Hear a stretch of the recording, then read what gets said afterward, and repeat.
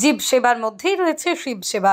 এই আদর্শকে মনের গভীরে ধারণ করে পশুপ্রেমে ব্যতিক্রমী দৃষ্টান্ত স্থাপন করে চলেছেন বাঁকুড়া শহরের সুকান্তপল্লীর বাসিন্দা গৌতম মণ্ডল এবং শ্রাবণী মণ্ডল। পেশায় জীবন বীমা সংস্থার আধিকারিক গৌতমবাবু এবং তাঁর গৃহবধূ স্ত্রী প্রতিদিন ভোর 5টায় ঘুম থেকে উঠে ব্যস্ত হয়ে পড়েন অবলা প্রাণীদের জন্য খাবার তৈরির কাজে। শুধুমাত্র খাবার দিয়েই দায়িত্ব শেষ নয়, বরং পরম যত্নে তাদের ঘরে বসিয়েও খাওয়ান এবং অসুস্থ হলে প্রয়োজনীয় চিকিৎসার ব্যবস্থাও করেন সম্পূর্ণ নিজেদের খরচে। তাদের সারমেয় প্রেম এখানেই থেমে থাকেনি।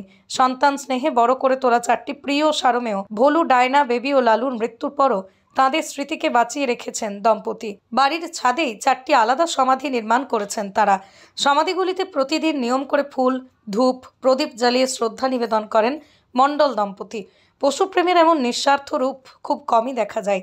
মণ্ডল দম্পতির এই ভালোবাসা ও দায়বদ্ধতা সমাজের কাছে যেন এক অনন্য উদাহরণ হয়ে রয়েছে। অ্যাকচুয়ালি আমি ছোট থেকেই অ্যানিমেল লাভার। এসব অবলা প্রাণীদের ওপর যে অত্যাচার বা যে অবহেলা দেখে এসছি, এটা দেখে আমার মন কাঁদতো। ছোট থেকেই সচেতনতা গড়ে উঠেছে, কারণ আমি বিভিন্ন দেশের সঙ্গে যোগাযোগ ছিলাম, তাদের দেশের মানে কালচারটা জানতাম যে তারা কিভাবে এইসব অবলা প্রাণীদের যত্ন নেয়, তাদের অ্যাডপ্ট করে, তাদের প্রতি সমান যত্নশীল হয়, নিজেদের প্রতি যেরকম মানুষ যত্নশীল হয়। কিন্তু আমাদের দেশে ঠিক উল্টোটা, এরা এত উপকার করলেও এদের প্রতি মানুষের কৃতজ্ঞতা বোধ থাকে না।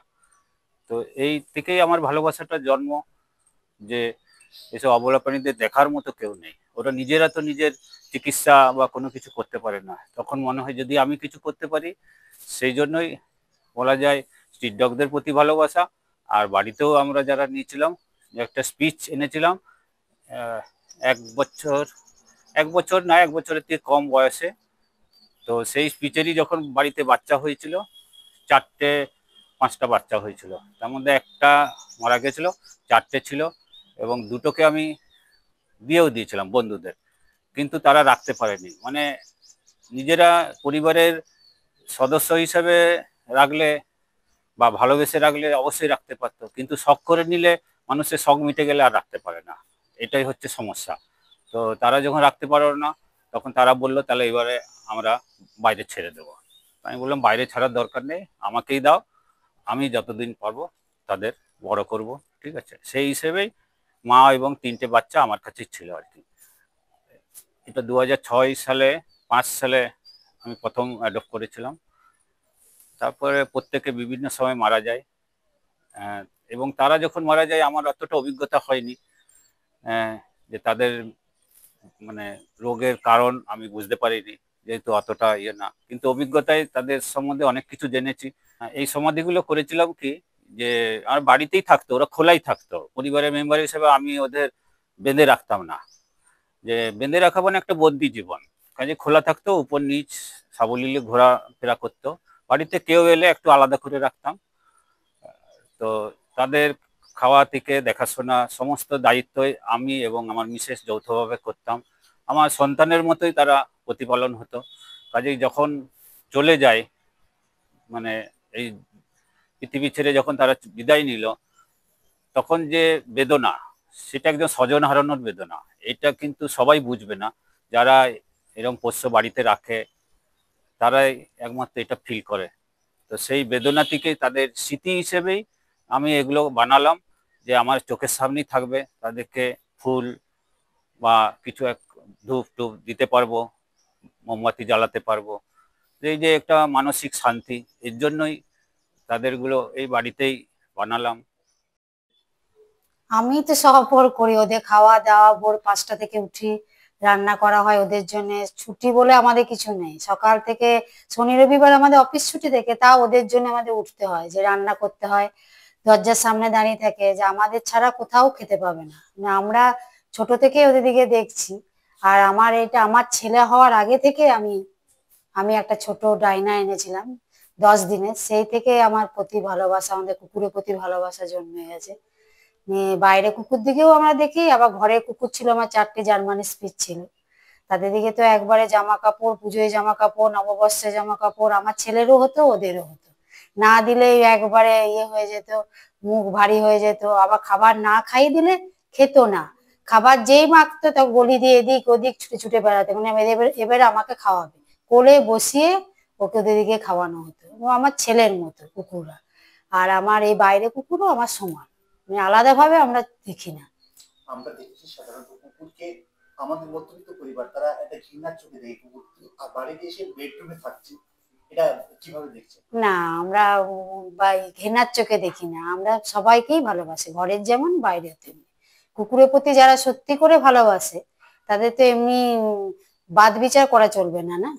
আমরা সবাইকেই ভালোবাসি, বাইরে যেমন কুকুর ভেতরের কুকুর একই সমান, আমরা কোনো কিছু বাদ দিই না। ছাদের উপর সমাধি, হ্যাঁ, চারটে সমান। সকালে ফুল, ধূপকাঠি, সন্ধ্যের সময় প্রদীপ দেওয়া হয়, তারপরে দীপাবলিতে লাইট দেওয়া হয়, দুর্গাপুজোর সময় লাইট দেওয়া হয়, তারপরে জন্মদিন, মৃত্যুবার্ষিকীতে মালা দেওয়া হয়, মিষ্টি ফুল সবকিছু দেওয়া হয়। এমনিতে আমার তো স্বামী খুবই ভালোবাসে কুকুর, মানে আমার থেকেও বেশি ভালোবাসে ও, মানে কুকুর অন্ত জীবন, মানে একদিকে মানুষ একদিকে কুকুর, এত ভালোবাসে কুকুরকে। এই ভালোবাসাটা বিয়ের আগে ছিল না বিয়ের পরে স্বামীর সঙ্গে শুরু হয়েছে? না, আমার বিয়ের আগে ছিল কিছু, আমার বাবা কুকুর রেখেছিল, তো কুকুর ভালোবাসাটা ছিল, তবে এই বিয়ের পর আরো বেড়ে গেছে ভালোবাসাটা।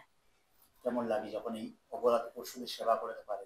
খুবই ভালো লাগে, মনকে তৃপ্তি লাগে যে কিছু খাইয়ে একটা উপকার করলাম, তারা না খেয়েছিল আমার কাছে এসে খেলো, একটা মনটা খুব শান্তি লাগে খাইয়ে ওদেরকে। মানুষের থেকে কুকুরা হলো সব থেকে, মানে কুকুরা তো একদিন আপনি বিস্কুট দেন মনে রাখবে, কিন্তু মানুষ তো একদিন খেলে তারপর দিন ভুলে যাবে, ওরা অকৃতজ্ঞ নয়, সেই জন্য আমার কুকুরকে খুবই ভালো লাগে ওকে। হ্যাঁ, না, ওদের মুখটাকে আমি উঠে যাই ভোরবেলা, আমি তো ফার্স্টে উঠি ওদের জন্য রান্না করার জন্য, পরিশ্রম আমার মনে হয় না, যে ওরা তো জানে যে আমার ছাড়া তো এখানে এলে খেতে পাবো, অন্য জায়গায় খেতে পায় না পায়, সেই জন্য। কতুলপুরে সর্বপ্রথম এমআরআই পরিষেবা যুক্ত 110 বেডের মাল্টি স্পেশালিটি হসপিটাল হল মেডিকেয়ার জেনারেল হসপিটাল। স্বাস্থ্যসাথী মান্যতাপ্রাপ্ত এই হসপিটালে রয়েছে AC, non AC cabin, modern OT, ICCU, NICU, micro surgery, dialysis বিভাগ, ব্রেন ও spine surgery, cancer surgery, lift সহ নানান পরিষেবা। এছাড়াও রয়েছে সিটি স্ক্যান পরিষেবাযুক্ত নিজস্ব ডায়াগনস্টিক সেন্টার, ডক্টর চেম্বার্স, ওষুধের দোকান সহ 24 ঘন্টা অ্যাম্বুলেন্স পরিষেবা, 24 ঘন্টা অ্যাক্সিডেন্ট এমার্জেন্সি। রোগীর সুচিকিৎসা, সুপরিষেবা এবং সুস্বাস্থ্যই হল আমাদের মূল লক্ষ্য। ঠিকানা সরিষাদিঘি, কতুলপুর, বাঁকুড়া। যোগাযোগ নম্বর 9434216662 অথবা যোগাযোগ করুন 9732212924 এই নম্বরে।